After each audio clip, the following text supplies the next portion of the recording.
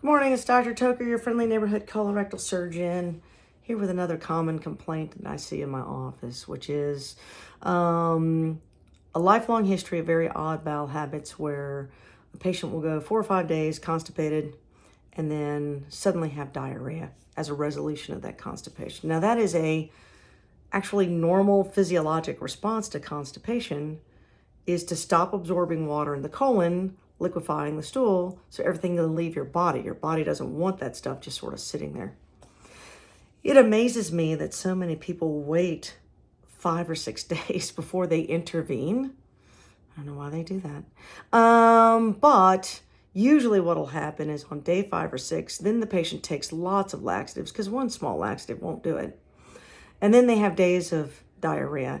And if they're older women or if they've had children, maybe your pucker up's not as puckered as you'd like it to be, you know? And so they come in complaining of incontinence.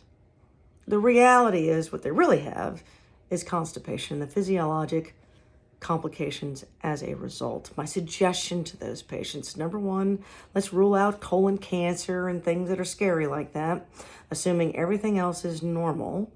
On a daily basis, eat a kiwi fruit every morning, take a stool softener, drink more water, get walking. Let's see what happens at that point.